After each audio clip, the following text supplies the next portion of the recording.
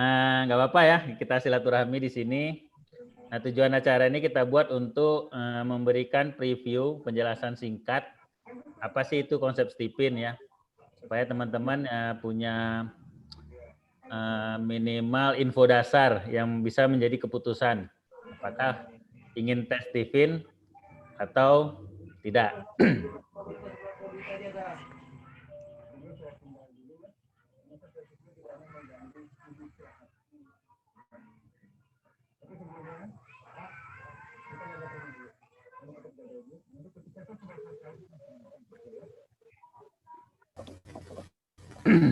Oke teman-teman, supaya acara ini kita bisa jalan dengan baik, bagi yang mic-nya tidak di unmute, tolong di unmute ya.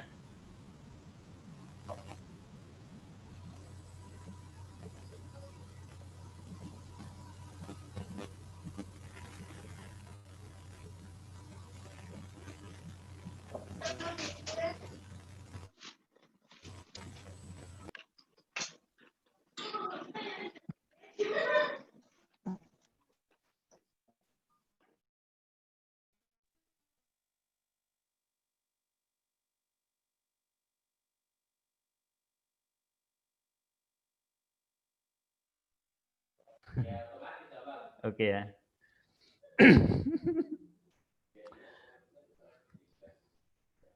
Oke, bismillahirrahmanirrahim. Kita mulai saja sedikit penjelasan preview tentang Stipin.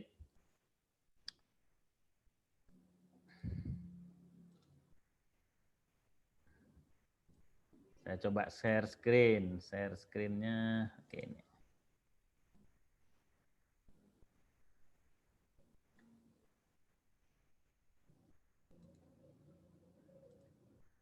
Sudah terlihat ya? Nggak kepotong ya sama ininya, slide? Ya.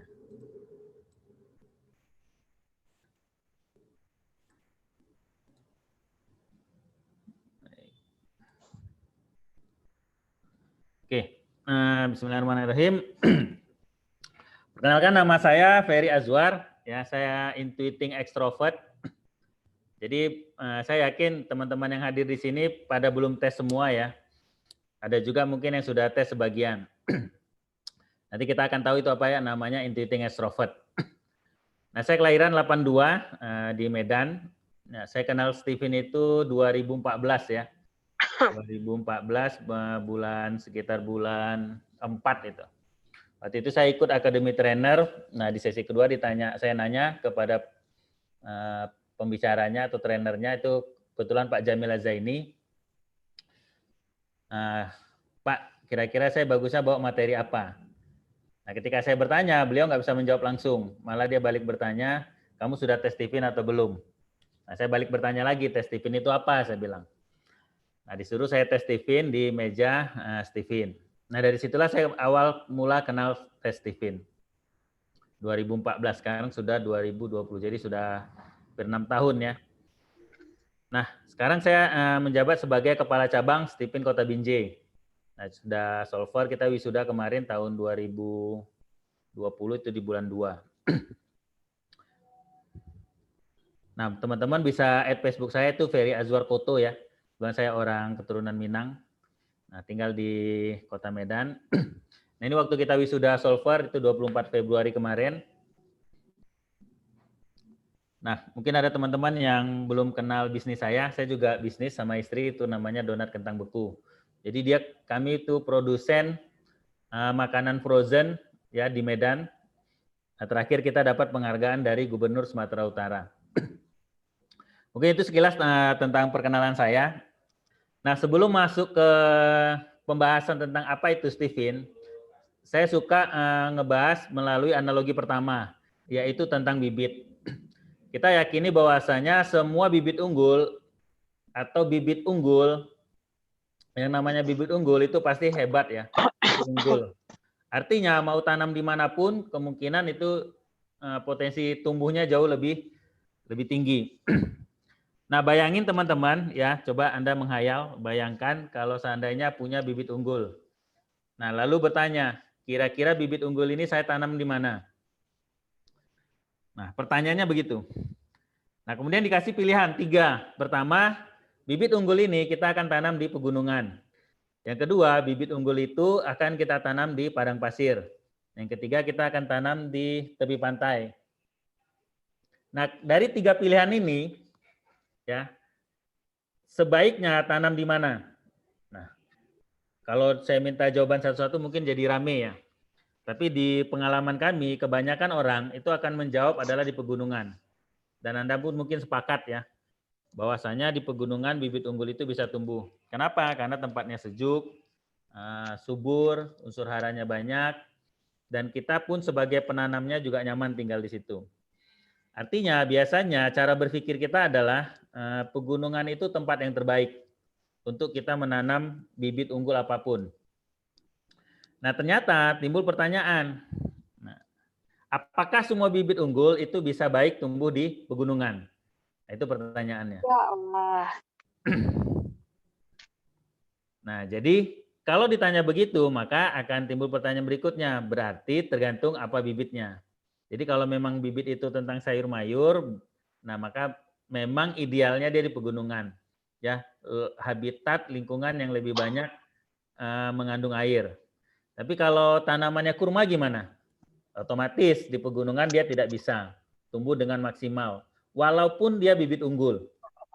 Ya, walaupun dia bibit termahal sekalipun, bibit terbaik, terunggul sekalipun, kalau kurma tadi ditanam di pegunungan, dia tidak akan maksimal perkembangannya.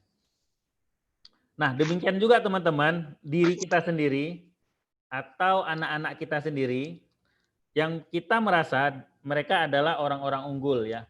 Karena istilahnya itu mereka sudah mengalahkan ribuan ya sel sperma sehingga bisa lahirlah kita. Berarti kita ini bibit yang paling unggul. Cuma pertanyaannya, kenapa ketika kita lahir kita tidak unggul dalam kehidupan? Nah, bisa jadi kita tidak hidup di habitat yang unggul. Kita unggul tapi hidupnya tidak di habitat yang unggul. Itu yang menjadi masalah.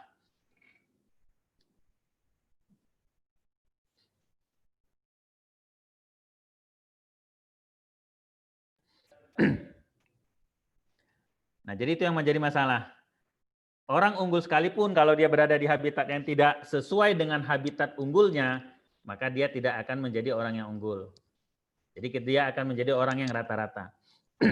Nah, pertanyaannya gimana caranya kita mengetahui bibit diri kita sendiri? Nah, itu pertanyaannya. Supaya apa? Supaya kalau kita sudah kenal bibit kita, kita jadi tidak salah tanam. Kita jadi tidak salah asuh. Kemudian kita jadi tidak salah dalam menjalani kehidupan ini. Ya, kalau dalam anak mungkin kita jadi tahu pola mengasuhnya. Anda punya bibit kurma sama bibit mangga, sama-sama buah ya. Tapi pupuknya, tempat hidupnya, cara memperlakukannya itu beda. Cara berkomunikasi, ya beda bibit, beda genetik itu juga akan beda. Sama-sama kucing, ya. Anda punya kucing Anggora sama kucing hutan, itu makannya aja beda, ya. Habitat hidupnya beda. Atau Anda punya kucing, ya pelihara kucing, satu lagi pelihara ayam. Sama-sama Anda ingin kasih makan. Tapi cara komunikasi kepada dua binatang tadi itu beda. Kalau ke ayam Anda mungkin akan manggilnya dengan ayam akan datang. Tapi kalau kucing Anda manggilnya meong, pus gitu. Nah, kucingnya datang. Nah, sama-sama niatnya untuk ngasih makan, tapi karena beda genetiknya, maka akan beda cara berkomunikasinya. Nah, pertanyaannya juga sama. Kita punya anak, 2 atau 3, ya atau lebih dari 3. Pernahkah kita bertanya bagaimana cara komunikasi dengan mereka? Ya, beda anak pasti beda cara komunikasinya. Itu kenapa banyak orang tua mengalami dia punya mungkin dia mudah berkomunikasi dengan satu anak, tapi dia akan punya kesulitan ketika berkomunikasi dengan anak tipe yang lain.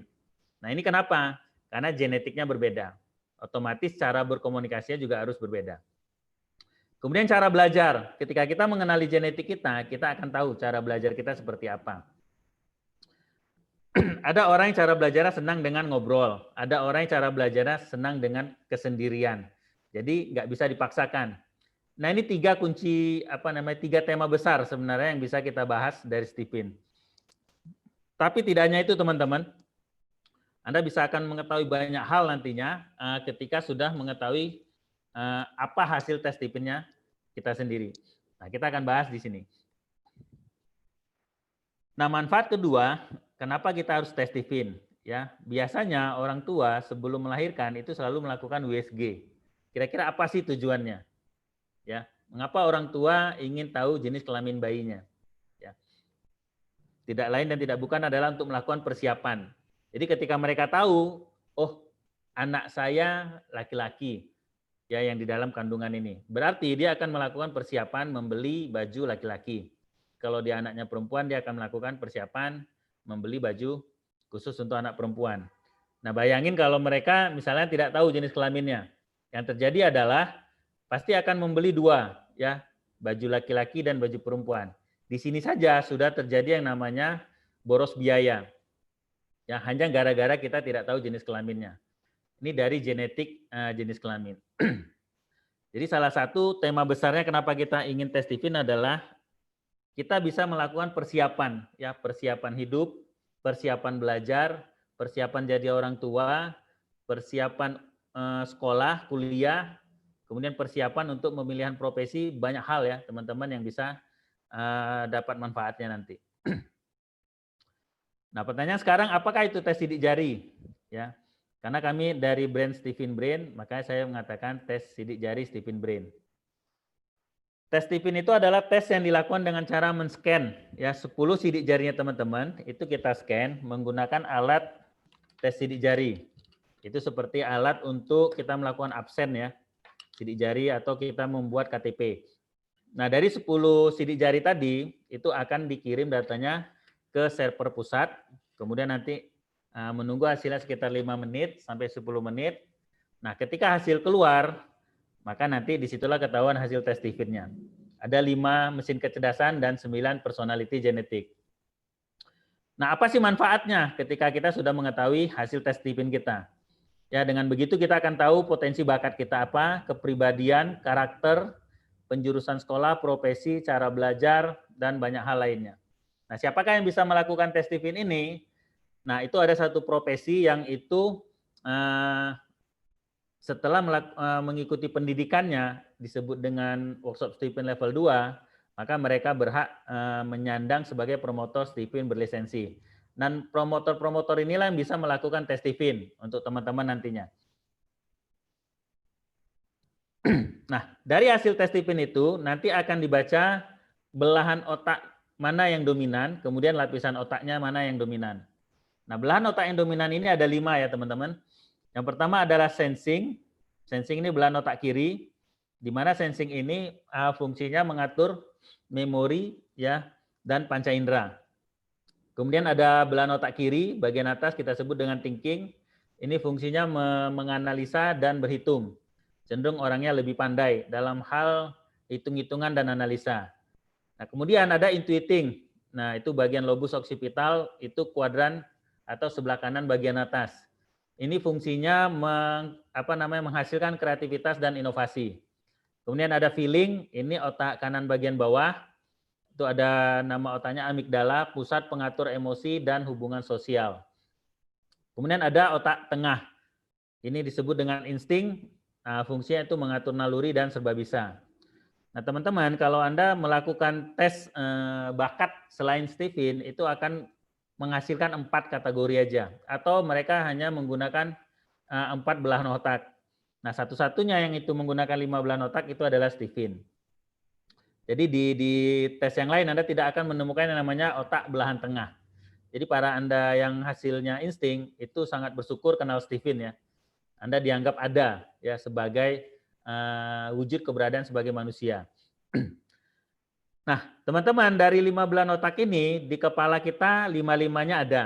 Ya, di kepala kita 5-5 belahan otak ini ada dan berfungsi sesuai dengan tugasnya masing-masing.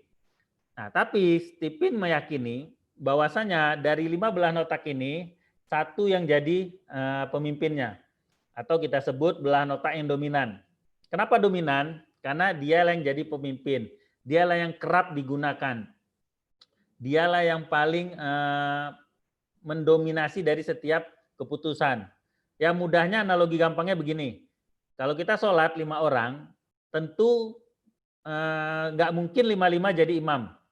Tentu harus dipilih satu yang jadi imamnya. Atau Anda dalam rumah tangga, ada suami dan istri, dua-dua kalau dominan, itu pasti dijamin rumah tangganya pasti nggak akur. Ya. Salah satu harus ada yang dominan. Nah Allah sudah menetapkan tuh, pada suami dan istri yang harus dominan adalah suami sebagai pemimpin. Nah, hukum ketetapan yang sama itu berlaku juga ternyata di kepala kita.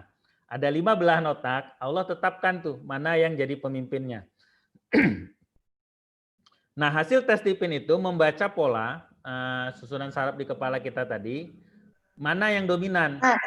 Jadi Anda akan ketemu hasilnya satu aja dari yang 5 ini. Apakah Anda sensing, thinking, intuiting, feeling, atau insting. Nah, saya hasilnya intuiting. Nah, Bang Herdian tadi yang membawa acara di depan, itu hasilnya intuiting juga. Nah, 5 mesin kecerdasan ini kepanjangannya adalah Stephen.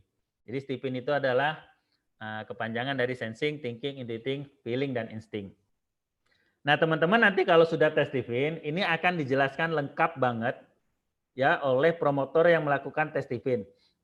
Nanti Anda bisa tanya dengan lengkap, tanya dengan sedetail-detailnya tentang hasil tes Stephen-nya. Jadi karena ini preview, kita jelaskan singkat saja ya.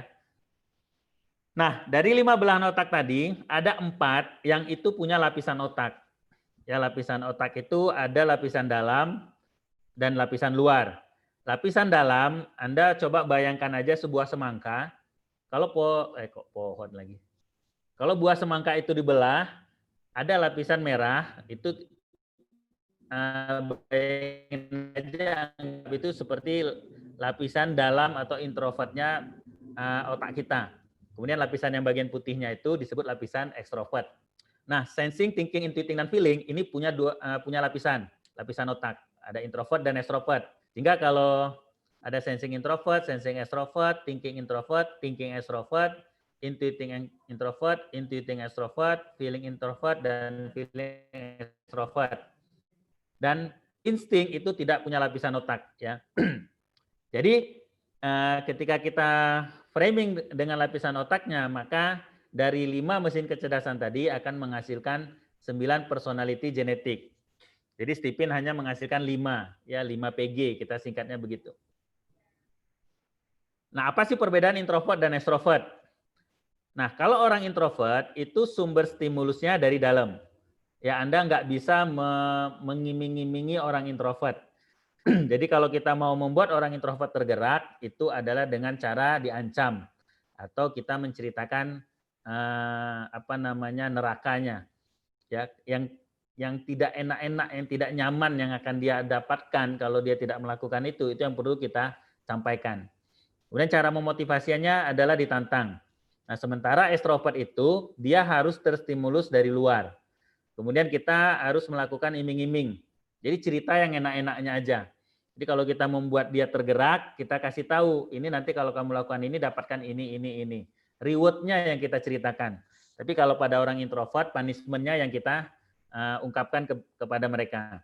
Kemudian kalau orang ekstrovert ini cara memotivasinya adalah difasilitasi. Teman-teman, dari 2 hal ini aja, bagi Anda yang mungkin hari ini seorang pelajar atau mahasiswa, Anda nanti bisa tahu gimana sih cara saya memotivasi untuk belajar. Nah, begitu Anda tahu Anda hasilnya introvert, maka Anda harus menciptakan tantangan dari dalam diri, menciptakan ketakutan-ketakutan dari dalam diri. Atau paling gampang itu kalau Anda ada lingkungan yang menghina Anda, menjatuhkan Anda, merendahkan Anda, bahkan menyepelekan Anda, maka orang-orang introvert ini justru dia akan tergerak, dia akan termotivasi. Tapi kalau orang extrovert, dia malah kalau dilakukan dengan tantangan, dia malah tidak tergerak. Justru dia kalau dikasih reward, dikasih iming-iming, itu justru dia malah melaju dengan kencang. Nah, Anda yang mungkin hari ini orang tua, kalau nggak tahu introvert dan extrovertnya anak kita, bisa jadi ini menjadi alasan atau menjadi penyebab kenapa terjadinya pola asuh yang salah. Mungkin Anda tipe yang introvert. Nah, karena Anda introvert, cenderung akan melakukan ancaman kepada anak. Nah, kok anak ini nggak bergerak-bergerak gitu, tidak tergerak sedikit pun melakukannya. Nah, bisa jadi dia extrovert. Tapi kalau Anda mau mengiming-imingi anaknya extrovert, itu biasanya orang tua introvert agak berat. Karena dia merasa aneh. Kenapa harus diiming-iming? Sementara saya dari dulu, kalau tidak ditantang, tidak akan tergerak. Maka saya harus melatih anak saya seperti itu. Saya dulu susah. Saya harus membuat anak saya susah juga. Supaya dia bisa maju seperti saya. Nah, biasanya orang tua introvert tuh begitu. Tapi kebalikannya, orang tua extrovert, nah, dia merasa ketika dia diiming-iming, dikasih reward, hidupnya lebih senang, makanya dia lebih termotivasi. Nah, ini pentingnya kalau kita mengenal introvert dan extrovert. Nanti banyak hal yang bisa teman-teman bahas tentang dua hal ini. Nah, makna dari introvert extrovert ini tidak sama dengan makna umum yang mungkin biasa kita dengar ya, atau kita baca-baca di internet. Oke, itu tentang introvert dan extrovert. Nah, analogi paling gampang tuh begini. Ya, kalau keledai itu yang extrovert, supaya dia mau jalan diiming-iming dengan wortel. Jadi kalau yang introvert tadi, dia keledainya dicambuk. Dicambuk dulu baru jalan. Jadi kalau orang introvert itu, kalau dia belum merasa lapar banget, dia mungkin tidak akan makan. Karena ketika dia merasa lapar banget, sudah terancam, perutnya sakit, baru dia terstimulus dari dalam untuk makan. Tapi kalau orang extrovert, mungkin dia habis makan, tapi ketika melihat orang sekitarnya makan, dia terstimulus dari luar, muncul hasratnya untuk makan atau keinginannya untuk makan.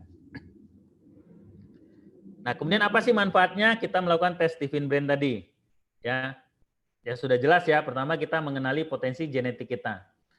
Nah, tadi saya udah bahas di depan, beda genetik, beda habitat, beda genetik, beda cara berhasilnya. Ya, Anda bayangin genetiknya ikan lumba-lumba sama genetiknya burung elang. Nah, kalau ikan lumba-lumba tidak mengenal genetiknya atau tidak mengenal dirinya sebagai lumba-lumba yang habitatnya paling baik itu di dalam air, maka dia akan menganggap bahwasanya menjadi burung elang itu jauh lebih hebat, jauh lebih bagus. Nah, kenapa? Karena dia tidak kenal dirinya sendiri, sehingga dia tidak pede dengan dirinya sendiri. Jadi dia sulit untuk menjadi dirinya sendiri, atau istilah kerennya itu be yourself ya. Kemudian mengetahui karakter kepribadian kita. Ya, saya intuiting extrovert. Begitu saya tahu hasilnya adalah potensi orang intuiting extrovert ini adalah pembosan. Sehingga begitu kita tahu itu adalah hal yang negatif, jadi kita jadi tahu bagaimana cara mentreatment supaya bosannya tadi tidak jadi merusak karakter kita, atau pembosanannya tadi jadi tidak merusak jalan keberhasilan hidup kita. Atau kalau Anda sudah tes tipin keluarga Anda jadi tahu tuh, oh dia tipenya sensing. Berarti kalau saya mau menyenangkan dia, kasih dia jajan, kasih dia makanan-makanan yang ringan-ringan atau snack-snack. Begitu kita tahu dari keluarga kita tuh ada tipe yang feeling, oh berarti dia senangnya itu diajak ngobrol. Nah itu gunanya teman-teman begitu kita mengetahui karakter, kepribadian orang yang sudah tes tipin. Yang kedua kita jadi tahu bagaimana pengasuhan dan pendidikan anak. Ya, mengasuh kucing dengan ayam saja beda. Ya, itu yang kita sudah tampak tuh pada binatang. Bagaimana lagi kalau kita punya anak lebih dari 2, itu pasti pola asuhnya beda. Ini suara siapa nih? Nah, ini yang paling saya suka adalah bisnis sesuai dengan potensi diri. Ya, mungkin Anda sering dengar, oh kamu paling bagus bisnis di air. Nah, sebagian kita kalau nggak paham konsep Stephen itu akan menganggap seperti ramalan atau mungkin klinik ya.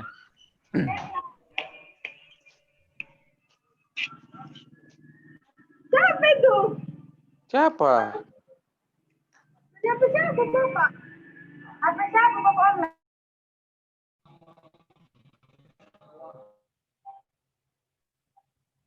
Oh, kalau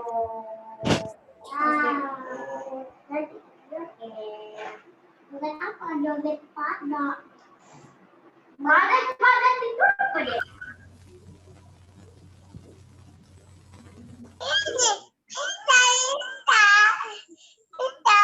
Nggak usah, ini lagi belajar namanya.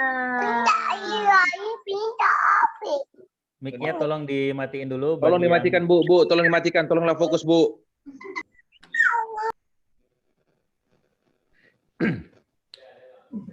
Oke, udah ya. Bisnis sesuai dengan potensi diri. Ini saya agak Oke. bahas sedikit. Untuk tipe insting, saya sering kali mungkin dalam candaan saya bilang, Anda bagus bisnis yang berhubungan dengan air. Dia awalnya ketawa, oh kok kayak klinik Pak? Ya benar. Contoh misalkan Anda buka Dorsmer. Dorsmer itu kan pasti mengandung banyak unsur air. Nah, kebetulan pernah saya bilang begitu, ternyata dia benar-benar bisnis Dorsmer. Nah benar Pak, saya nyaman banget itu. Nah intinya apa? Bagi tipe insting, dia paling bagus bisnis di bidang jasa.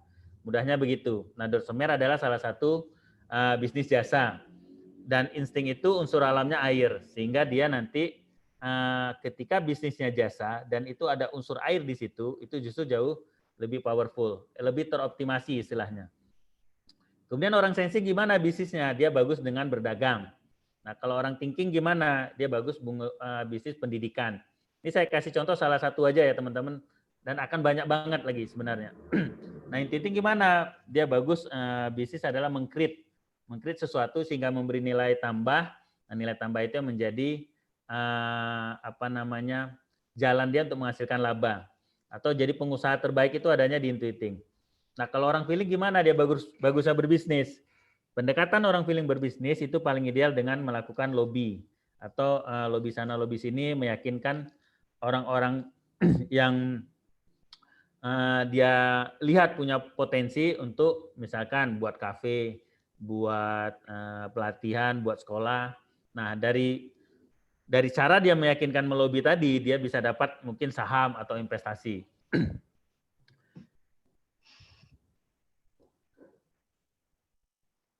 Nah, memilih jurusan dan kuliah.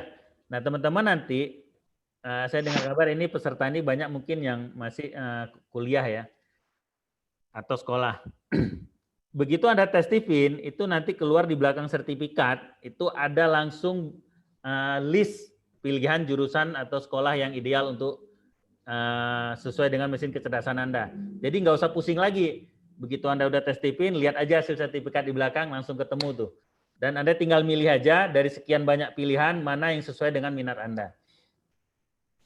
Kemudian kita bisa tahu potensi partner bisnis yang ideal. Ya, kalau dalam konsep Stipin, kami tidak menyarankan bisnis di awal itu dilakukan oleh 3 orang. Banyak alasannya. Nanti ada namanya hubungan segi 5. Nah, Anda jadi tahu nih, kalau Anda orang tipikal feeling, Anda bagus berpartner dengan orang thinking. Feeling yang perasa, dia ada kelemahannya di logika dan analisa. Maka dia harus cari partner yang thinking. Nah, demikian juga sebaliknya. Ketika Anda sebagai orang thinking, maka Anda lebih bagus atau ideal mencari partner orang feeling. Nah, ini nanti akan ada lagi variabel-variabel lainnya ya. Saya intuiting extrovert, istri saya sensing introvert. Nah, begitu kami kenal Steven, jadi kami tahu nih bagaimana kita bisa berkolaborasi, berpartner, nah sesuai dengan kehebatan kita masing-masing. Sehingga kita tidak mengambil ranah yang menjadi kehebatannya partner kita. Jadi kita tidak seperti ikut campur nih. Padahal kalau kita mencampuri bisa jadi itu jadi kelemahan kita dan menjadi rusak tuh. Tapi begitu dia mengerjakan karena itu kehebatannya di situ, itu menjadi lebih sempurna sebagai partner bisnis. Nah, kalau Anda rencana mau berpartner bisnis, tes Tivin dulu orangnya, ya. Kemudian kita jadi bisa memetakan teamwork terbaik kita. Contoh saya punya bisnis itu produksi makanan beku. Nah, karyawan terbaik yang saya cari adalah ada karyawan yang paling banyak, yang dominan yang saya kumpulkan adalah yang tipe insting dan tipe sensing. Nah, inilah yang paling ideal ya menurut konsep Stipin. Kenapa? Karena ini tidak akan mengeluarkan effort yang terlalu besar ketika saya meleading mereka, memimpin mereka. Nah, nanti teman-teman juga begitu. Kalau punya bisnis, mungkin selama ini kita ngerasa kok susah banget ya memerintah karyawan kita. Kok susah banget meleading mereka untuk melakukan sesuatu yang sesuai dengan harapan kita. Nah, bisa jadi kemungkinan mesin kecerdasannya dia adalah menaklukkan kita atau kita mendukung dia. Nah, begitu Anda tahu Stephen, nanti Anda bisa tanyakan langsung dengan orang yang melakukan tes. Kemudian menjadi guru terbaik bagi anak. Ya, bukan hanya seorang guru, tapi kita sebagai orang tua juga bisa tahu nih bagaimana cara kita mendidik anak kita tadi. Sehingga kita bisa menjadi guru yang terbaik. Contoh, ada orang tua case-nya begini. Orang tuanya feeling, dia punya anak thinking. Nah, anaknya ini setiap belajar itu selalu ngusir orang tuanya. Udah mama pergi aja sana. Adik bisa belajar sendiri, nggak usah ditemenin. Tapi karena orang tuanya feeling, cara belajar feeling itu berbeda dengan cara belajar thinking. Orang feeling maunya belajar ditemenin. Karena orang tuanya feeling, pengalaman hidupnya selalu belajar mencari teman. Sehingga dia merasa mungkin atau dia meyakini anaknya pun seperti itu. Jadi ditemenin sama dia belajar. Akhirnya anaknya nggak belajar. Ya, kenapa? Karena dia nggak tahu hasil tes tipin anaknya. Nah, begitu kita jelaskan, Bu, anak Ibu ini thinking. Dan dia sudah benar kalau belajar selama ini ngusirin Ibu. Cuma karena Ibu nggak paham karakter Ibu sendiri sebagai orang tua dan nggak paham karakter anak, akhirnya Ibu ngotot dengan gaya Ibu. Ibu akan menganggap anak ini jadi kurang ajar, kok ngusirin saya gitu kan. Nah, padahal ketika anaknya dibiarkan sendiri, mandiri, ini anak ini bisa belajar dengan lebih cepat. Tanpa perlu ditemanin. Atau mungkin ada Anda yang coba di flashback kehidupan Anda selama ini, ketika ada belajar kelompok, mungkin Anda nggak nyaman belajar kelompok. Anda lebih bagus belajar sendiri. Nah, itu bisa jadi Anda tipenya thinking. Nah, sementara orang feeling itu senang belajarnya berkelompok, senang belajarnya ngumpulin teman-temannya, senang dengan diskusi. Nah, manfaat lainnya Anda jadi tahu hubungan pasutri yang samara. Jadi Anda tahu bagaimana cara komunikasi dengan istri. Bahkan hebatnya lagi Stephen ini bisa sampai tahu bagaimana treatment terbaik Anda di dalam hubungan komunikasi kasur ya dan rezekinya seperti apa. Nah, pertanyaan sekarang mengapa kita perlu tes Stephen? Ya. Nah, saya tidak paksakan ya teman-teman yang hadir di sini untuk besok tes Stephen. Ya, saya tidak mau memaksa. Tapi jika Anda sedang mengalami hal-hal berikut ini, maka Anda perlu segera tes Stephen. Yang pertama, Anda tidak tahu nih apa kehebatan diri sendiri. Anda mungkin bertanya-tanya selama ini, kira-kira kemampuanku di mana yang terbaik? Kok aku ngerjakan ini kayak setengah-setengah? Kok aku ngerjakan ini kayak nggak maksimal? Kok aku ngerjakan ini kok kayak tidak dihargai? Nah, seperti itu. Ingin memilih jurusan, tadi sudah ya. Ingin mengenali karakter pasangan, kok susah banget yang ngasih tahu pasangan saya. Ya kalau kita nggak tahu karakternya, nggak tahu mesin kecerdasannya apa, itu kita jadi nggak tahu tuh cara komunikasi seperti apa. Atau ada Anda yang mau menikah, nah gimana supaya nggak salah pilih? Ya jangan sampai Anda memilih istri yang menaklukkan Anda. Ya mungkin Anda laki-laki, jangan sampai Anda memilih istri yang menaklukkan suami. Jadi suami-suami takut istri. Nanti Anda bisa menghindari hal seperti ini. Kalau Anda sudah tahu hasil tes TV-nya pasangan Anda. Mungkin ada di antara Anda yang lama bekerja, tapi kok karir masih mandek. Ya, Anda kerja mungkin sudah 8 tahun, tapi tiba-tiba ada orang baru masuk, mereka 3 tahun karirnya sudah mengalahkan Anda. Anda lalu bertanya-tanya, kok bisa dia lebih cepat dari saya? Padahal saya lebih senior. Ya, kalau saya mengatakan begini pakai analogi, bisa jadi Anda kurma, tapi Anda hidup di pegunungan. Ya, Anda bertahun-tahun di situ, nggak tumbuh-tumbuh maksimal. Tapi tiba-tiba ada mungkin jeruk masuk ke kantor tadi. Dia hidup di habitat yang pas di pegunungan. 3 tahun sudah kelihatan prestasinya, sudah kelihatan buahnya. Sementara Anda 8 tahun kurmanya nggak berbuah-buah karena hidup di habitat yang salah.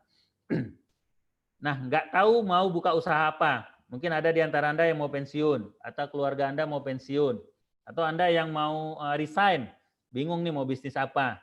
Atau mungkin ada mahasiswa mau di DO, ntar kalau gua di DO mau usaha apa gitu kan.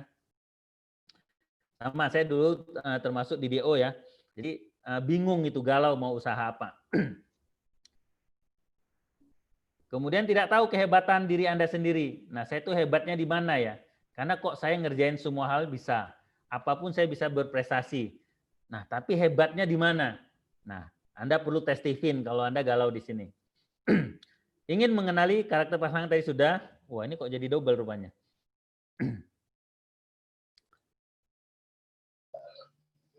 Nah, kenapa harus tes Stephen? Kan banyak Pak tes Stephen, tes sidik jari lainnya di luar Stephen. Ya banyak banget teman-teman ya. Mungkin kalau di data lebih dari 20 ya tes yang berbentuk sidik jari. Tapi kami menyarankan Anda menggunakan tes Stephen. Kenapa? Karena ada 6 keunggulan tes Stephen dibandingkan tes yang lain. Yang pertama itu simple. Tes Stephen itu hanya mengelompokkan orang dari miliaran orang, itu hanya dikelompokkan 5 mesin kecerdasan dan 9 personality genetik. Kok bisa Pak dari miliaran kok cuma 5? Kan orang berbeda-beda. Mudah teman-teman menjawabnya. Dari miliaran orang, golongan darah kenapa ada cuma 4? Ya, artinya ada pola dasar, pola besarnya yang bisa kita ketahui. Tapi dibandingkan tes yang lain, yang modelnya psikotes, tidak tes sidik jari, Anda akan ketemu 16 tipe. Ada yang 10 ya. Nah, jadi Stephen ini sangat simpel. Teorinya sangat simpel, konsepnya sangat simpel. Kemudian cara memahaminya pun sangat simpel. Saya punya teman yang itu sudah mempelajari keilmuan tentang kepribadian. Ya mungkin dia pendekatannya dengan kuliah atau belajar selama bertahun-tahun. Begitu kenal Stephen, dia bilang apa? Ya Allah, kalau tahulah begini mudahnya, kenapa nggak dari dulu saya kenal Stephen? Itu kenapa kami meyakini kalau orang udah ikut workshop Stephen level 2, maka mereka akan kenal banget dirinya, kemudian dia akan bisa mengenal banget tentang orang lain. Karena teorinya, konsepnya, prakteknya sangat simpel. Kemudian tes Stephen ini akurat. Ya, secara empiris itu 95% mereka yang telah tes Stephen mengatakan hasilnya sesuai banget dengan dirinya. Nah, komentarnya itu kok bisa pas ya, kok bisa tahu ya, ini gue banget gitu. Nah, kenapa? Karena Stephen itu menguraikan cara kerja otak berdasarkan sistem operasinya. Ya, ibaratkan Anda punya handphone, Android atau iOS itu adalah sistem operasinya. Jadi beda handphone, beda iOS-nya, beda sistem operasinya. Jadi bukan menggunakan pendekatan kapasitas hardware atau IQ ya. Kalau dalam komputer atau handphone itu IQ itu kita analogikan dengan RAM, hard disk atau pada kamera. Nah, keunggulan yang lain adalah aplikatif. Apapun yang mau Anda bahas dalam kehidupan ini ya parenting, learning, teaching, bisnis, urusan kasur, rezeki, investasi, politik itu bisa dipetakan pakai konsep Stephen.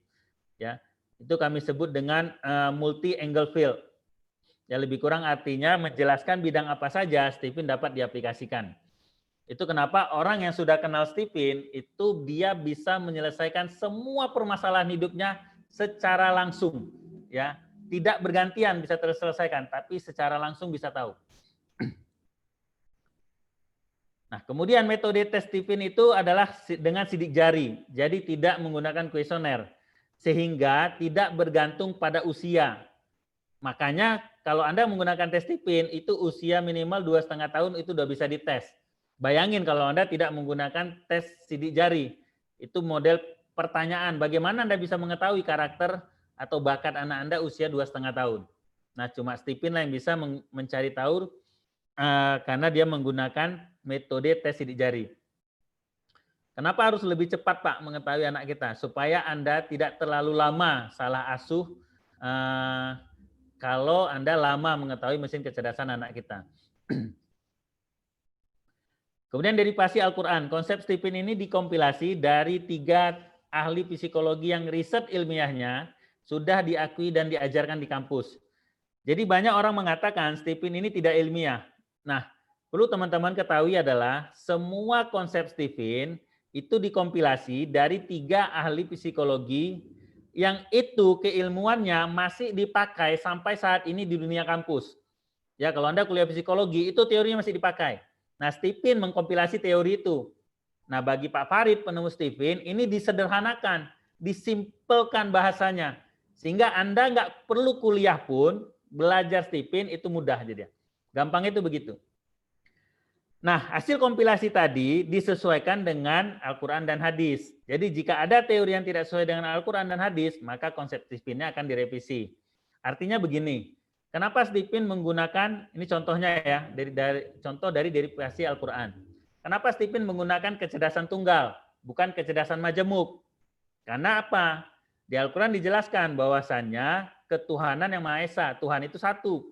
Ya, matahari itu satu. Nah, artinya apa? Pasti akan ada kecerdasan tunggal juga pada diri seseorang yang dominan. Tidak mungkin ada kecerdasan majemuk, kecerdasan yang lebih dari satu. Nah, keunggulan yang lain adalah tes ini cukup dilakukan sekali seumur hidup.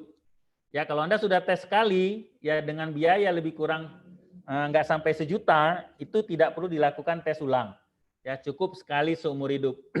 Dan hasil tesnya itu cepat, 5-10 menit, teman-teman nanti bisa ketahuan hasil tesnya. Setelah itu adalah sesi konsultasi atau kita sebut dengan private session. Yang ini biasanya biayanya itu 250.000 per sesi. Itu sekitar 10 menit atau 2 jam. 2,5 jam paling lama. Nah, jadi kalau Anda sudah pernah tes dan lupa hasil tesnya, nah saran saya segera cari orang yang pernah ngetes Anda. Kalau nggak ketemu, Anda lupa, nah lakukan tes ulang. Ya. Tapi kalau Anda ingat, nggak perlu Anda tes ulang. Karena cukup sekali seumur hidup. Nah, biayanya berapa, Pak? Nah, di biaya tes di sini ada 2. Yang pertama dialah biaya tes Stipinnya sendiri. Itu sampai saat ini, hari ini harga terakhir adalah 500.000. Tes Stipin ini dulu pernah harganya 175, 250, 350. Nah, sekarang 500.000. Itu harga tes doang. Nah, kalau harga penjelasan dan konsultasinya itu 250. Jadi kalau kita tambahkan itu sekitar 750.000. Nah, kalau teman-teman tes di Stipin itu kita korting.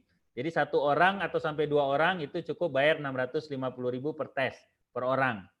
Itu kalau dilakukan di rumahnya promotor atau di kantornya promotor. Jadi Anda mengunjungi promotor ke rumahnya atau ke kantornya atau ke tempat prakteknya. Tapi kalau Anda ingin promotor yang mendatangi, itu Anda cukup tambah 200.000. Jadi tesnya on-site ya, tes di rumah Anda sendiri. Nah, kita ada paket family namanya 3-5 orang, itu sekitar 600.000 per orang biaya tesnya. Jadi kalau ada 5 orang, tinggal dikali 5, sekitar 3 juta. Nah, kalau instansi itu tinggal kita bisa hubungin aja. Ya, biasanya 500.000 per orang. Nah, ini dari segi biaya. Nah, ada beberapa hal yang ditanyain ya. Nanti setelah ini kita akan ada sesi tanya jawab. Berapa lama proses tes Stipinnya? Tadi sudah dijelaskan yaitu 5-10 menit. Apakah data sidik jari kita tersimpan? Iya, tersimpan selama proses tes. Begitu hasil tes selesai, maka data sidik jari teman-teman itu akan hilang di server. Jadi Stipin tidak menyimpan data sidik jari. Apakah menggunakan paper test? Tidak ya. Jadi cukup Anda bawa 10 sidik jari. Itu kenapa tes Stipin tidak bisa dilakukan secara online. Banyak orang menanyakan apakah bisa dilakukan secara online. Ya, ini pertanyaan nomor 7, itu tidak bisa ya. Minimal usia adalah 2,5 tahun. Mengapa harga tes Stipin bisa berbeda-beda? Bukan berbeda-beda teman-teman ya. Mungkin Anda tahu informasinya dari internet yang itu datanya belum diupdate. Atau Anda dikasih tahu teman Anda, mungkin masih harga lama. Ya, jadi saya sudah bilang harga tes Stipin itu pernah dari angka 175, 250, 350 sampai sekarang itu 500.000 harga tesnya aja. Apakah ada sesi tanya jawab setelah tes Stipin? Nah, ada banget. Nanti Anda bisa tanya jawab setelah tes Stipin. Itu kenapa ada biaya konsultasi di situ. Nah, setelah tes Anda pulang itu masih ada namanya after konsultasi, after tes ya. Anda bisa tanya jawab via WA atau kita ada grupnya nanti di Telegram. Anda bisa tanya jawab di situ bebas. Nah, jadi untuk siapa tes Stipin ini? Banyak orang tua mengatakan gini, oh tes Stipin untuk anak saya aja, saya nggak usah. Saya sudah kasep, sudah tua, nggak ada gunanya juga. Padahal teman-teman, orang tualah orang yang paling wajib tes Stipin. Kenapa? Karena mereka bisa tahu di mana pola asuh yang salah terjadi selama mereka mendidik anaknya. Ya, karena dalilnya jelas. Anak itu terlahir fitrah, orang tuanya lah menjadikan dia berperilaku yang salah. Ya. Kemudian guru, dosen dan pendidik, ya pelajar dan mahasiswa, pasutri yang akan menikah, semua orang itu bisa tes Stipin. Ya. Nah, dalam Stipin itu ada namanya hubungan segi 5.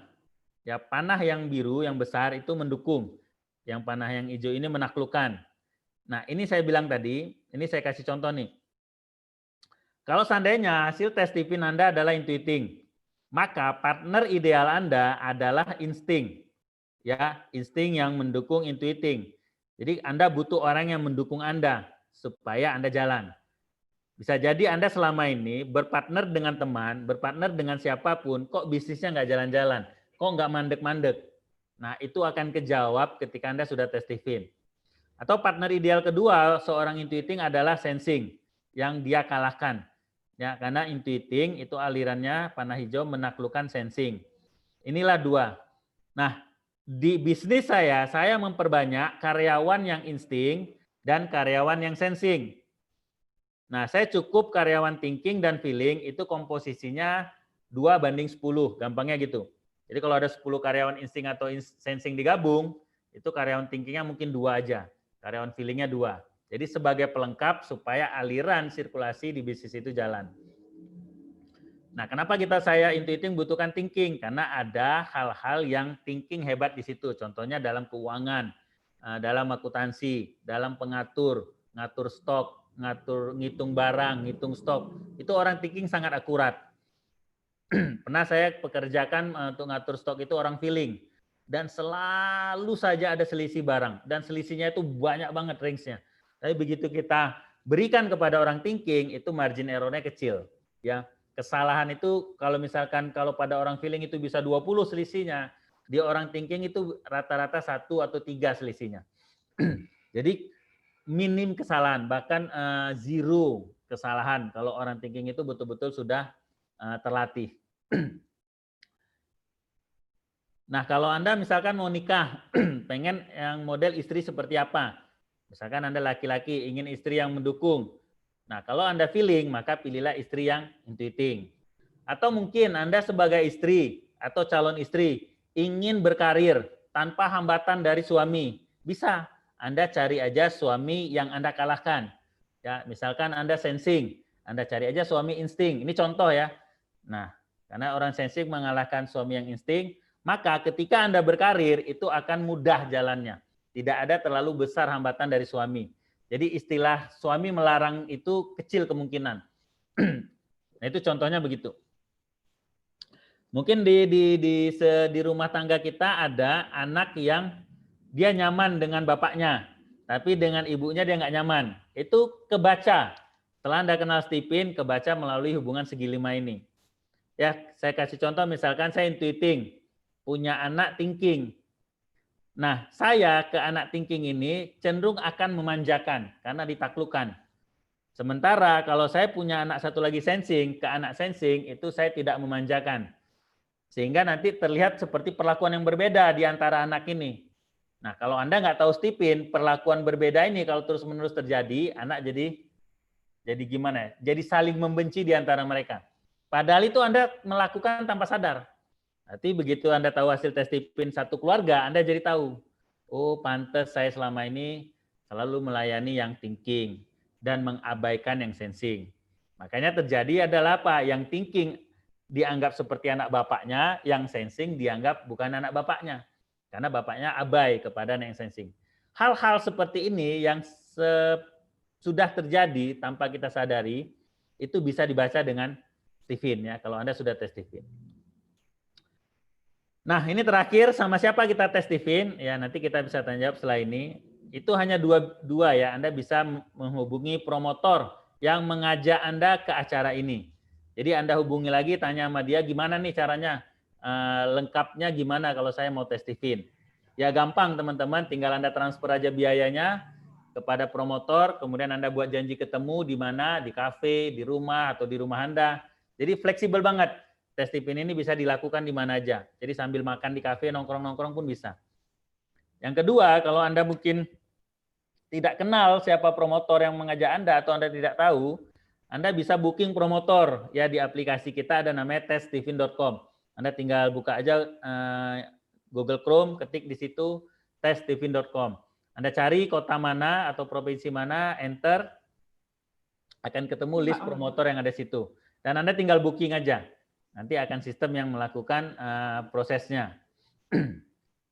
Nah, setelah Anda melakukan transfer, maka nanti akan dihubungi admin untuk mempertemukan Anda dengan promotor yang Anda pilih di aplikasi tersebut.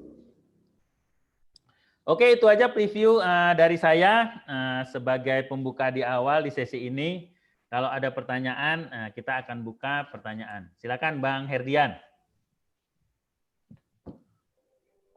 Baik, terima kasih kepada Dr. Ferry atas uraian tentang review konsep Tipin. Ya, karena kita brandnya itu Tipin Brain, maka setiap kata Tipin selalu kita sandingkan dengan kata-kata brain. Nah, untuk Bapak Ibu yang mau mengajukan pertanyaan sehubungan dengan apa yang telah dijelaskan oleh Dr. Ferry, saya persilahkan. Apakah ada yang mau ditanyakan perihal tentang konsep Tipin? Kita pertama, atau setiap ada yang nanya langsung saya serahkan ke Dr. Ferry untuk ini, untuk penjelasannya. Ada, silakan.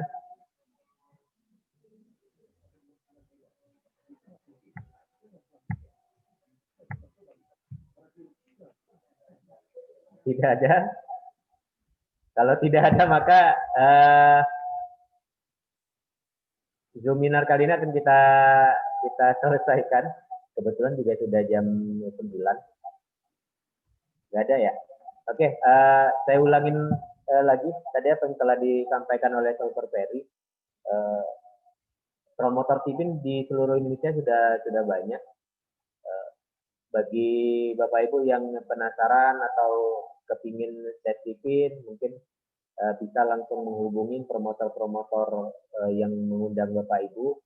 Ya, untuk daerah Siantar ada promotor kita namanya Bu Aruna. Di daerah Palembang ada Bu Farah. Di Medan banyak sekali. Kalau mau lebih dekat ke Marendal atau ke daerah Garut 2 itu ada Bu Nurhapni Siregar. Terus di daerah Marelan itu ada Bu Nisa. Di daerah Mabar atau Tanjung Mulia ada Bu Heni. Saya lupa di Martubung ada Pak Dion. Nanti silakan. Atau kalau mau keterangan lebih lanjut nanti boleh ditanya-tanyakan di grup WA-nya yang kita bentuk kemarin. Nah, grup WA itu kita akan beri waktu 2 hari. Jika ada yang mau dipertanyakan itu silakan dipertanyakan melalui grup WA. Kalau tidak ada, maka 2 hari kemudian grup WA akan kita tutup. Ini ada pertanyaan Indramo Jawa siapa ya?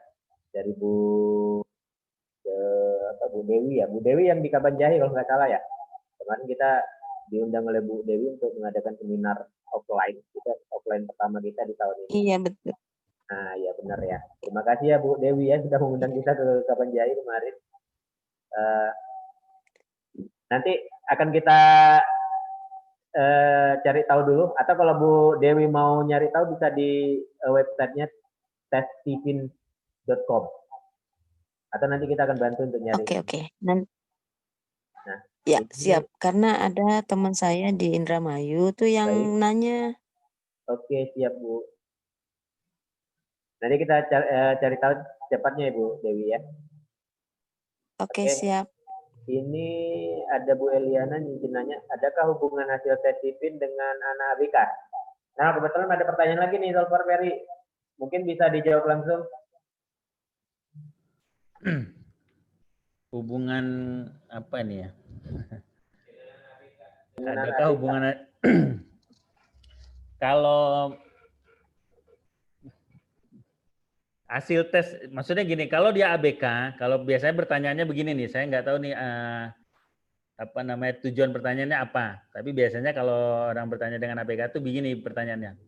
Mudah-mudahan yang sama ya. Apakah kalau anak ABK hasil tesnya berbeda? Nah, kalau pertanyaan seperti itu maksudnya, nah ini tidak. Jadi siapapun tipenya itu hasilnya tidak akan merubah. Artinya karena dia ABK, apakah hasil itu menjadi salah atau berubah? Itu tidak ya. Justru dengan kita mengetahui hasil tes Tipinnya, itu kita jadi mudah mentreatment anak ABK tadi. Saya pernah tanya itu kepada pakar ABK, itu orang Stephen juga, itu Ustadz UB. Dia bilang kesimpulannya gini, misalkan ada 10 treatment yang harus saya lakukan untuk satu anak dengan case tertentu. Tapi begitu saya tahu MK-nya, saya tidak perlu melakukan 10 treatment ini. Karena saya sudah bisa men-framing. Dari 10 treatment ini yang ideal, yang bagus untuk dia adalah 3. Sehingga harusnya tadi kalau 10 treatment dilakukan 3 tahun, tapi begitu dilakukan cukup dengan 3 treatment, penyembuhannya lebih singkat dan lebih fokus. Jadi jauh lebih efisien ya. Itu mungkin Bu Eliana ya. Saya nggak paham nih maksud dari pertanyaannya apa. Bu Eliana boleh Adakah dibuka hubungan hasil tes Stephen dengan anak ABK? Kalau mau bertanya lebih lanjut, lebih interaktif, boleh dibuka mic-nya untuk lebih jelas pertanyaannya.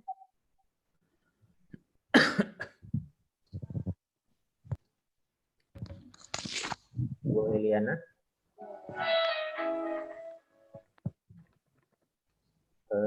Tidak. Oke, nggak ada.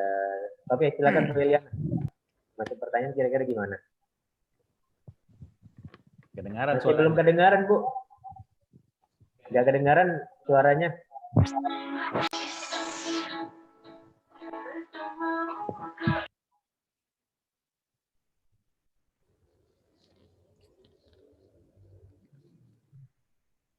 Nggak kedengaran juga, Bu Eliana. Mungkin belum connect ke ini ya, ke audionya PC atau audionya laptop.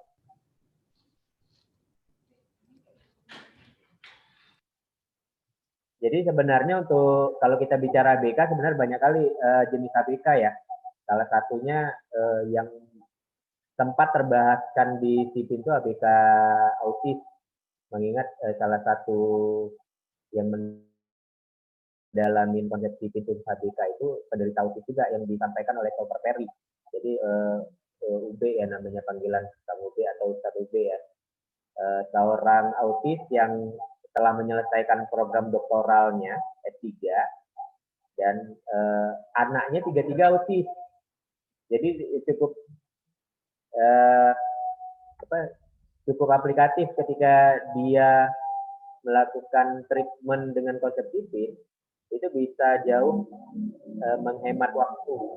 Jadi seperti yang disampaikan oleh Dr. Perry, misalnya ada 18 jenis treatment untuk anak autis. Dengan kita mengetahui mesin kecerdasan anak kita, maka kita nggak perlu coba-coba yang 18 lagi yang lainnya. Jadi kita sudah tahu misalnya nih tipe feeling. Tipe feeling itu adalah orang yang lebih menyenangi hubungan ke orang lain. Maka kita cari treatment-treatment yang sejenis dengan itu. Misalnya harus diajak ngobrol lebih banyak, harus dibersamai, harus harus melakukan diskusi lebih banyak. Contohnya seperti itu. Nah, lain lagi konteksnya misalnya dengan anak Down syndrome. Ya. Nah, kalau dengan anak Down syndrome kan artinya kita bicara tentang kapasitas. Tetap mesin kecerdasannya sama, tapi kapasitasnya tetap tidak bisa kita samakan dengan orang normal. Down syndrome seperti itu. Nah, jadi gimana cara mentreatmentnya? Tetap kita treatment dengan menggunakan NK-nya. Tapi tidak bisa kita samakan dengan kapasitas berpikir orang normal. Itu contohnya. Beda lagi dengan ABK yang lain. Itu contohnya seperti itu. Nah, untuk sesi ABK, Stephen juga ada tematik ABK khusus dan dibahas.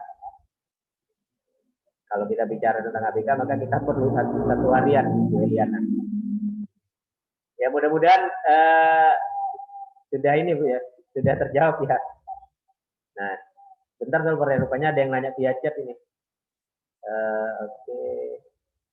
Bu Vina Yusma Dani. Saya cenderung introvert dan suami cenderung extrovert. Kami punya bisnis, tapi kami punya pemikiran berbeda. Termasuk dalam membina tim. Saya ingin tim bekerja sesuai prosedur yang kami sepakati. Sementara suami lebih memberikan kebebasan pada tim. Hal ini sering membuat saya pesimis. Kalau seperti ini, apa yang harus saya dan suami lakukan? Apakah saya dan suami bisa jadi partner yang bisnis yang cocok? Oke, mau Bu Vina Yusma Dani mungkin bisa ini Bisa open mic. Maksudnya Bu Vina ini sudah melakukan tes psikis. Boleh, mana Bu Vina Ismadani?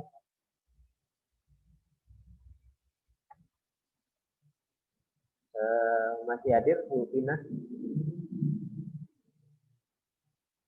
Oh, belum. Berarti ini ya hipotesanya. Gimana Silver Ferry, kalau belum tes itu kira-kira bisa nggak bisa kena nggak nanti masukannya? Boleh diserahkan Silver Ferry? Oke, karena ini belum tes tipin, jadi saya jawab sesuai dengan yang pertanyaan yang ada aja ya. Jadi saya cenderung introvert dan suami cenderung extrovert. Nah, saya yakin pemahaman introvert dan extrovert kita itu beda. Nah, ya, Steven dengan pemahaman yang Ibu Vina pasti beda itu. Jadi kita nggak usah bahas di situ. Nah, tapi kami punya pemikiran yang berbeda, termasuk dalam membina tim. Saya ingin bekerja sesuai prosedur. Nah, ini ada kecenderungan kalau orang yang bekerja sesuai dengan prosedur, tatanan, hukum, aturan yang sudah dia buat, dan itu harus dikerjakan oleh orang lain. Ini kalau di Stipin, kami menganalogikannya atau kami mempetakan dia sebagai orang thinking. Nah, cuma Ibu Vina kan belum tahu hasil tesnya apa, karena belum tes. Nah, kami sarankan memang tes.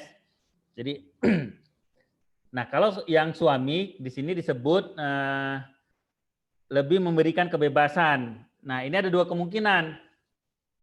Kalau suaminya nggak intuiting atau feeling. Nah, jadi sini nggak jelas nih datanya.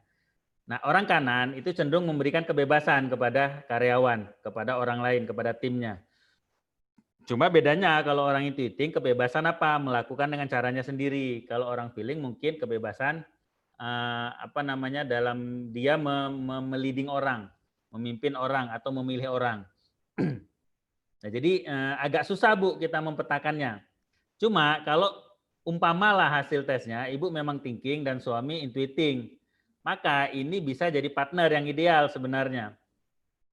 Cuma di sini ada tantangan utamanya. Ibu yang misalkan ya, kalau seandainya Ibu memang thinking itu menaklukkan intuiting. Otomatis Ibu cenderung akan mendirect suami. Sementara suami karena dia sebagai suami, kepala rumah tangga, ego sebagai lelaki itu muncul. Jadi komunikasi jadi sulit di situ. Tantangannya adalah sini sebenarnya komunikasinya aja. Kalau kalau komunikasinya udah bagus, ya begitu mereka memahami cara komunikasi mereka seperti apa, itu udah selesai PR-nya satu. Nah, yang kedua nanti begitu udah tahu hasil tesnya, itu tinggal dibagi job desk-nya. Orang thinking itu bagus melakukan hal-hal yang berhubungan dengan aturan, dengan tata kelola, dengan manajemen, dengan sistem. Dialah yang buat sistem di situ. Dialah yang mengatur hal-hal yang berhubungan dengan sistem. Dia yang memekanikkan pekerjaan sehingga semuanya efektif. Tidak ada pekerjaan yang dilakukan berulang. Nah, kalau orang thinking, dia jangan ngambil di ranah yang itu. Karena kalau dia intuiting ya, kalau dia intuiting, dia tidak mengambil di ranahnya thinking. Begitu dia ngambil di ranahnya thinking, itu akan bentrok pasti dengan ibu yang thinking. Maka si intuiting ini di mana bagusnya? Dia ngambil di ranah, di habitat sebagai marketing, branding, kemudian digital marketing juga bisa. Atau dia menciptakan pembuatan iklan atau desain. Hal-hal yang bisnis itu tadi bisa disupport dengan kehebatannya si intuiting tadi dalam hal kreativitas. Nah, Ibu tadi tidak sebut ini bisnisnya apa. Jadi kalau tahu ada bisnisnya lebih spesifik saya kasih contoh.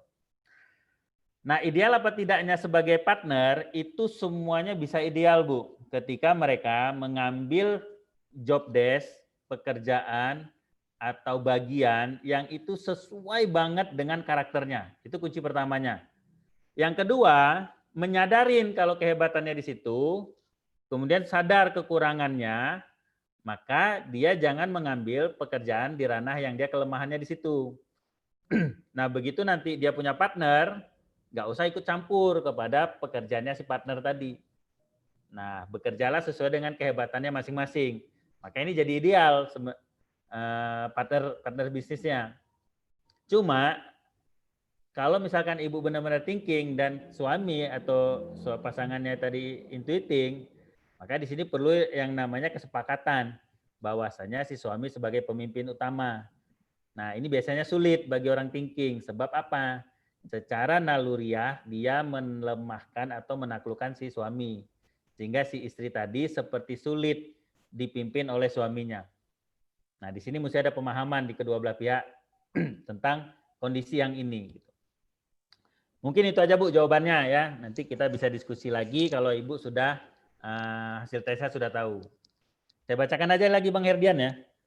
Oke, langsung berarti ya? Biar kita Bang Herdian nggak ngulang-ngulang ya kan. Ya, langsung. Nah, apakah karakter seorang 100% hanya dipengaruhi oleh genetik saja? Bagaimana kaitan pengaruhnya? Pengaruh lingkungan terhadap hasil tes tipin. Nah, kalau dalam ilmu biologi ya, ada namanya fenotip. Fenotip itu kondisi kita hari ini, ya. Itu ada dua pengaruh. Yang pertama pengaruh genetik 20%, pengaruh lingkungan 80%. Nah, jadi genetik ini pengaruhnya 20%, tapi kalau ini diabaikan, ini bisa jadi salah juga. Nah, Stephen menyarankan begitu kita tahu genetik, genetik ini sesuaikan sama lingkungan. Nah, yang terjadi selama ini adalah kita tidak mengetahui apa genetiknya, tapi kita fokus pada lingkungan. Kasih contoh begini, Anda mungkin sebagai orang tua meyakini lingkungan sebagai PNS, lingkungan menjadi dokter itu lebih bagus sebenarnya. Anda meyakini itu, tapi benarkah bagus untuk anak kita? Nah, cara mengetahuinya gimana? Cari tahu genetiknya. Ya, sama seperti analogi saya tadi di depan. Kita mengetahui bibit unggul ini, kita mengetahui lingkungan pegunungan itu bagus. Semua tanaman di situ bisa tumbuh dengan baik. Nah, kita meyakinin itu sehingga kita tanamlah bibit tadi di sana. Ternyata kita tunggu bertahun-tahun, kok nggak maksimal ya tumbuhnya. Begitu kita korek bibitnya, kita tanya pada ahli tanaman. Pak, coba dicek ini bibit ini apa sih?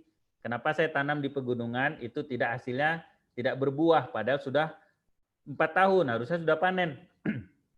Begitu dicek sama pakar pertanian dia bilang, "Oh, ini kaktus, Bu." Nah, kan gitu. "Oh, ini kurma." Ya kurma itu ya jangan ditanam di situ. Jadi memang harus disejajarkan, harus di-aligningkan ya.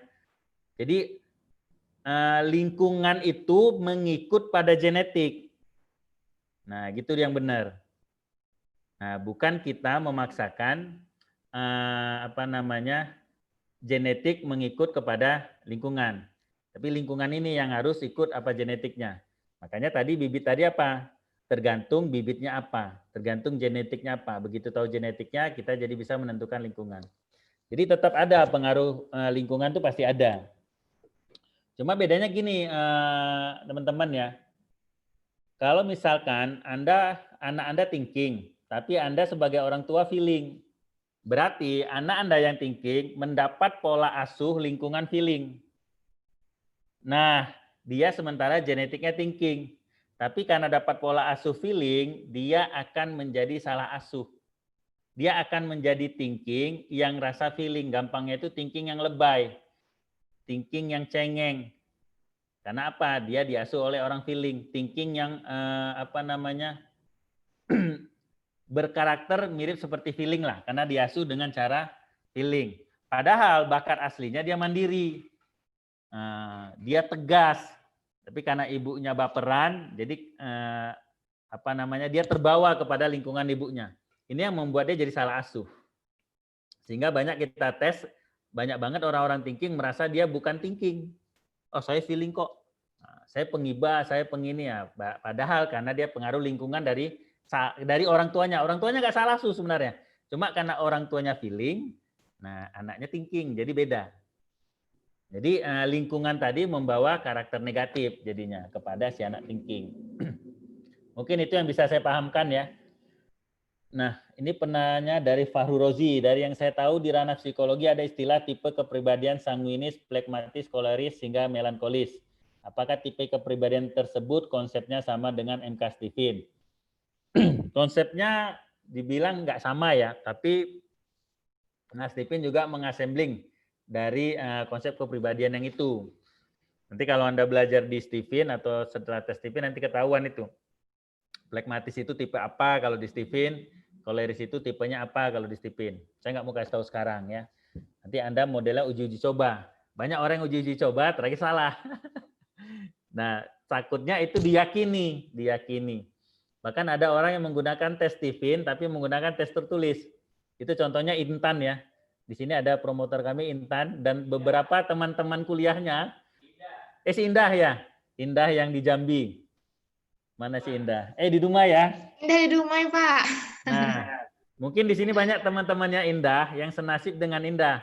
Jadi pernah di kampusnya diladakan tes Stephen menggunakan tes tertulis. Nah, si Indah hasil tes Stephen tertulisnya tadi, dia intuiting. Begitu kami tes Stephen, thinking extrovert. Bayangin, dia selama bertahun-tahun dari sejak kuliah meyakini dirinya sebagai orang intuiting. Begitu dia, ya benar ya, saya itu begini, saya itu tegas. Memang rasa thinking yang dominan, dia bilang.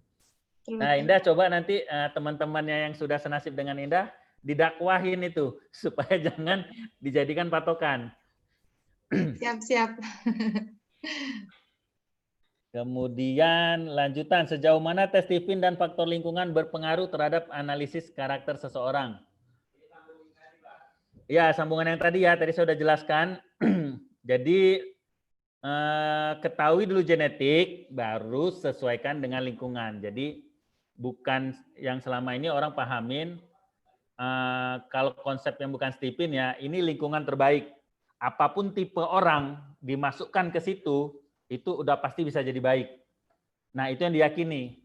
Nah, kalau Stephen tidak. Cek dulu genetiknya apa, baru dilihat.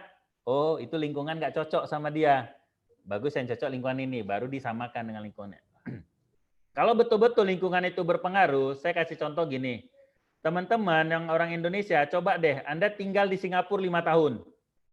Pasti Anda yang punya tabiat buang sampah sembarangan, meludah sembarangan, itu pasti bisa jadi orang disiplin. Selama di Singapura, lingkungan betul-betul bisa membuat Anda baik. Tapi begitu Anda balik ke Indonesia, cukup 5 bulan. Karakter asli Anda sebagai orang Indonesia akan kembali ke semula. Itu yang disebut genetiknya begitu. Nah, jadi walaupun lingkungannya sudah ditreatment dengan bagus, kalau genetik aslinya itu enggak seperti itu, ya tetap akan balik dia. Itu contoh mudah ya. Oh, yang tadi ini bisnis sport ya, Ibu Vina. Ya, bisnis sport. Nah, kalau bisnis sport, Bu, jual alat olahraga lebih bagus suami Ibu yang sebagai tim marketingnya aja. Ya, tapi saran saya, Bu, ini cuma saran tadi kan karena saya cuma baca dari sini, tapi saran saya Ibu tes Stephen aja deh. Ibu lebih bagus rugi berdua 1,5 juta nggak sampai daripada Ibu coba-coba. Ya, saya kenal Stephen 2014 bulan 4. Saya menikah sama istri saya itu 2011. Jadi kita 3 tahun hidup tanpa Stephen, gampangnya gitu. Jadi begaduh aja, berantem. Saya ngomongnya apa, dia ngomongnya apa gitu. Saya kasih sindiran, dia nggak ngerti. Ternyata saya baru tahu setelah kenal Stephen, ternyata orang sensing itu nggak bisa disindir. Nah, dan dia nyuruh saya langsung saklek, ya tolong ambilin itu, nggak saya ambil, dia marah. Kenapa sih kamu nggak dengar ya, peka ya gitu kan? Gimana tuh coba kalau Anda suami digituin? Ternyata begitu kenal Stephen, dia ngerti. Oh, ternyata cara menyuruh orang intuiting, jangan langsung direct disuruh. Dia cukup bilang gini, ya haus ya, kok panas ya di ruangan ini. Nah cukup disindir. Nah kita jadi tahu, oh kamu haus, mau saya ambilin minum. Ya, nah kita ambil minum tuh. Tanpa ada menyuruh, tapi nyuruhnya pakai sindiran. Dan kita legowo. Entah kenapa saya lempeng banget itu ngerjainnya. Coba kalau disuruh langsung, ya ambilin minum. Nah ternyata tipe orang sensing nggak pandai nyindir, nggak pandai bahasa isyarat. Dia taunya konkret. Apa yang dia mau itu yang dia sebut. Dan suaminya tipe orang yang bagus disindir. Nah bayangin nih, 3 tahun kita nggak kenal konsep Stephen. Itu seminggu entah berapa kali lah kita gaduh aja. Nah begitu kenal Stephen, jadi kita tahu nih, oh ternyata salahnya kita di sini. Kamu salahnya di sini. Berarti kita perbaiki di sini. Gitu. Kalau akhirnya kita ngajarin. Ntar kalau kamu nyuruh saya, tolong jangan direct langsung. Ya, misal nih ya, istri itu dulu begini. Ya, saya lagi di sini, tolong dijemput ya sekarang. Nah, karena orang intuiting itu kreatif, dia ngeluarin ide. udah deh kamu naik Gokar aja. Anda sebagai istri digituin gimana? Baper pasti. Ini suami apa sih gitu. Minta tolong nggak mau gitu kan. Nah begitu dia tahu stipin, dia tahu nih cara nyuruh suaminya ngintiting. Dikasih pilihan. Nah ini cara komunikasinya dengan orang intiting. Ya, kamu mau jemput saya, atau saya naik Gokar, atau saya dijemput adik saya, atau saya dijemput pria lain gitu kan. Nah bayangin ada 4 pilihan. Nah begitu dikasih 4 pilihan, kepalanya orang intiting itu selalu akan mencari mana yang lebih sempurna. Begitu tuh cara kerjanya. Akhirnya saya balas, sudah tunggu saya di sana 5 menit. Aman nggak kira-kira? Nyaman. Nah, kenapa selama ini jadi masalah? Karena kita nggak tahu pintu masuk komunikasi yang terbaik. Nah, itu manfaat yang kami rasakan. Artinya begitu komunikasi bagus, maka nanti ikut rezeki bagus. Jadi saya meyakini banget teman-teman kalau komunikasi dengan pasangan nggak bagus, yakin deh rezekinya pasti nggak bagus. Tapi begitu komunikasi bagus itu akan ngikut. Jadi perbaiki dulu komunikasi. Itu contoh ya, contoh di saya. Sebenarnya banyak banget sih, cuma nanti diceritain jadi curhat. Ini benar sih, memang dalam hal manajemen suami kurang. Dia lebih ideal dipromosi. Nah benar Bu, jadi tinggal dibagi tugas saja. Cuma ibu susah jelaskan ke suami kalau nggak ada dalil. Kalau nggak ada ilmunya, kalau nggak ada konsepnya, makanya ibu perlu tes tipin. Ibu berdua datang tuh ke promotor, sama-sama belajar. Jadi suami suami punya pandangan baru. Oh ternyata begini gitu.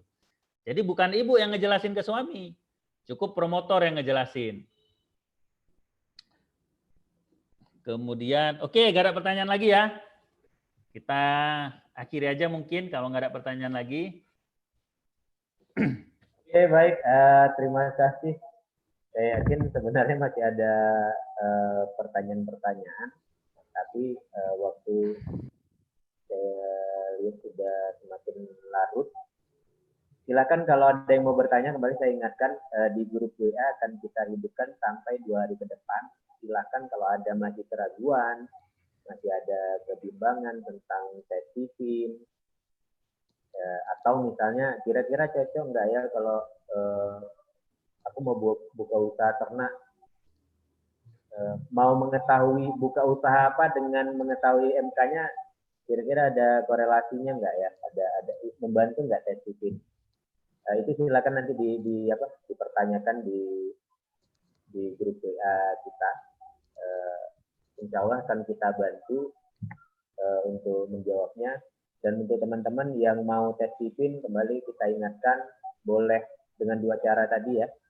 Boleh menghubungin promotor-promotor tipin brain yang nama-namanya tadi saya sebutkan. Kalau tidak ada promotor tipin brain di tempat Bapak Ibu, boleh melalui testipin.com.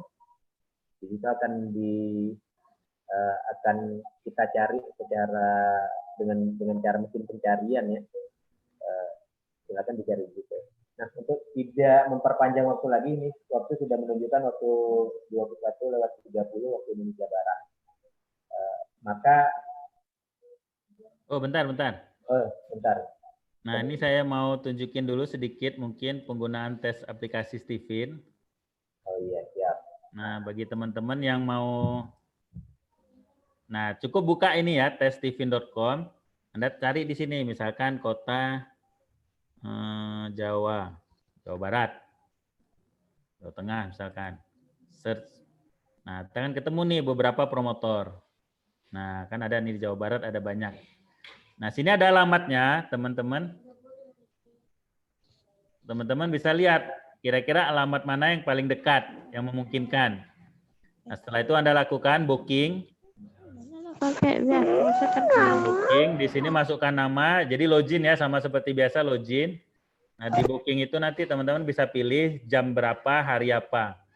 Nanti lakukan booking, kemudian transfer biayanya.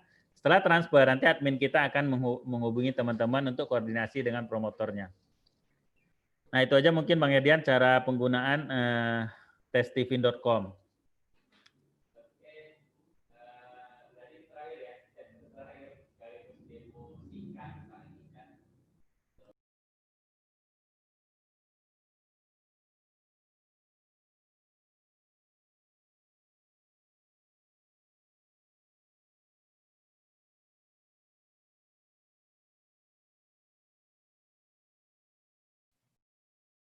Suaranya mute Pak Hardian. Oke, maaf. Oke, siap. Terima kasih. Tadi closing statement dari Silver Terry sebenarnya lebih ke demo cara membuka webnya Testy Finbrain ya.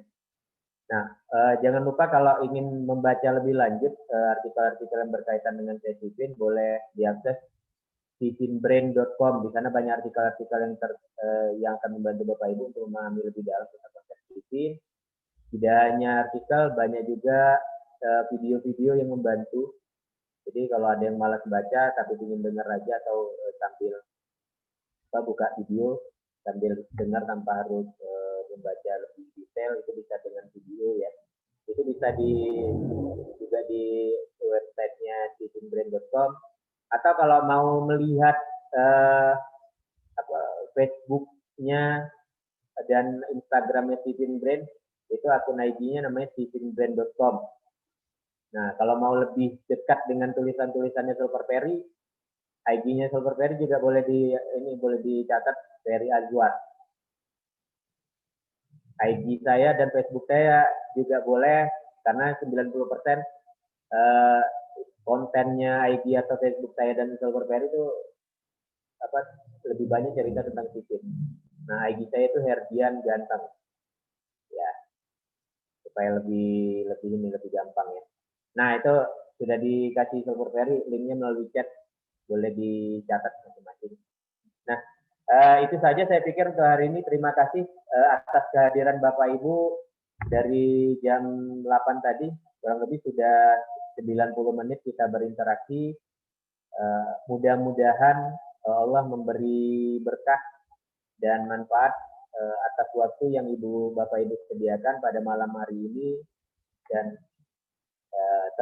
mudah-mudahan terjawab pertanyaan-pertanyaan atau keraguan-keraguan yang masih ada di kepala Bapak Ibu tentang konsep Sipin, dan besar harapan kami setelah ini Bapak Ibu bisa langsung melakukan tes Sipin dengan promotor-promotor yang mengundang Bapak Ibu sekalian. Nah, mohon maaf, saya selaku penyelenggara, mohon maaf kalau ada kekurangan atau ada salah-salah kata yang saya ucapkan. Sudah bisa dipastikan tidak disengaja ya, karena tidak ada maksud untuk menyakiti atau menyinggung siapapun pada acara hari ini. Saya tutup. Terima kasih. Assalamualaikum warahmatullahi wabarakatuh. Waalaikumsalam. Waalaikumsalam warahmatullahi wabarakatuh. Terima kasih teman-teman. Mohon maaf juga kalau ada kata-kata yang salah. Terima kasih Pak Pur. Mantap Binjai. Amin, amin. Ringannya Pak Pur nih cabang mana? Kalau cabang ikut Jakarta Timur. Oh, tim ikut ini ya, Kan, siapa? Siapa tuh kepala Pak cabang? Iqbal. Oh iya Pak Iqbal. Iya. Tapi kan awak keliling-keliling. Pak Pur, rencana kita memang mau kita rutinkan untuk seluruh Indonesia. Jadi kita nggak peduli mau promotor manapun, silakan undang aja. Kita menyediakan waktu aja. Mantap. Iya. Cocok itu loh. Jadi kita mau menyalurkan energi intuitif kita berbagi manfaat, nggak peduli mau dia mau gitu. Ya seperti gitu ya. Tapi nanti kalau Pak Pur yang jadi narasumber mau kan? Insya Allah. Nah, ya udah kita jadwalkan. Tapi udah ada solver gimana? Ya, nanti solver kita sembunyikan Pak Pur. Ya kalau pas saya absen gitu kan. Oke, terima kasih. Kalau ada yang mau live boleh ya. Terima kasih yuk. Mana tahu bingung ini bicara apa 3 orang ini ya. Oke, terima kasih udah jam malam, ini jamnya tidur. Terima kasih Pak Pur. Terima kasih teman-teman semuanya yang nggak bisa saya sebut satu-satu. Assalamualaikum warahmatullahi wabarakatuh. Waalaikumsalam warahmatullahi wabarakatuh. Terima kasih.